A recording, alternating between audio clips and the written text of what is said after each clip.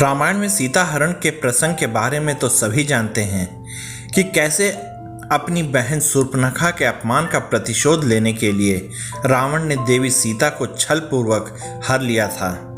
लेकिन क्या आप जानते हैं कि लंकापति रावण ने सीता के हरण से पहले प्रभु श्री राम की मां कौशल्या का हरण किया था। वास्तव में वाल्मीकि रामायण के अनुसार कौशल्या का नाम सबसे पहले एक ऐसी रानी के तौर पर आता है जिसे पुत्र की इच्छा थी, जिसकी पूर्ति के लिए एक यज्ञ की आयोजन किया गया था। महाराज कौशल और अमृत प्रभा की पुत्री कौशल्या कौशल प्रदेश, जो आज के समय में छत्तीसगढ़ के नाम से जाना जाता है, की राजकुमारी थी, जिनके स्वयंवर के लिए विभिन्न प्रदेशों के राजकुमारों को निमंत्रण भेजा गया। लेकिन इस बीच एक और घटना घटित हुई।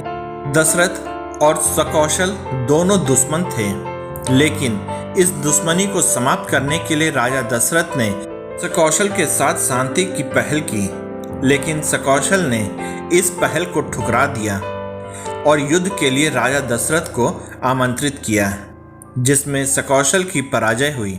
दशरथ से हार के बाद मजबूरन सकौशल को उनके साथ मित्रता करनी पड़ी और जैसे जैसे इन दोनों की दोस्ती बढ़ने लगी, सकौशल ने अपनी पुत्री कौशल्या का विवाह राजा दशरथ के साथ कर दिया।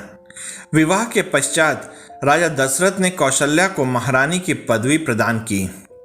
आनंद रामायण के अनुसार रावण ने न केवल सीता का अपहरण किया था, बल्कि वह एक बार राम की मां कौशल्या का भी अपहरण कर चुका था, क्योंकि एक भविष्यवाणी के अनुसार कौशल्या के पुत्र द्वारा रावण की मृत्यु लिखी हुई थी।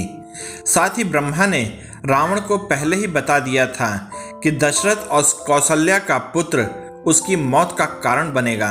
अपनी मौत को टालने के लिए दशरथ और कैकेयी के विवाह के दिन ही रावण कौशल्या को एक डब्बे में बंद कर एक सुनसान द्वीप पर छोड़ आया था। नारद ने रावण की इस चाल और उस स्थान के बारे में राजा दशरथ को बताया जहां कौशल्या को रखा गया था।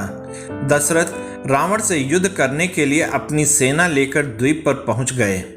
रावण की राक्षसी सेना के सामने दशरथ की सेना का विनाश हो गया, लेकिन दशरथ एक लकड़ी के तख्ते के सहारे समुद्र में तैरते रहे और उस बक्से तक पहुंच गए जिसमें कौशल्या को बंधक बनाकर रखा गया था। वहां जाकर राजा दशरथ ने कौशल्या को बंधन मुक्त किया और सकुशल अपने महल में ले आए। इस तरह रावण ने श्री राम के जन्म से पहले ही अपनी मौत को टालने का प्रयास किया था, जिसमें वो विफल रहा और भविष्य में श्री राम ने रावण का अंत किया।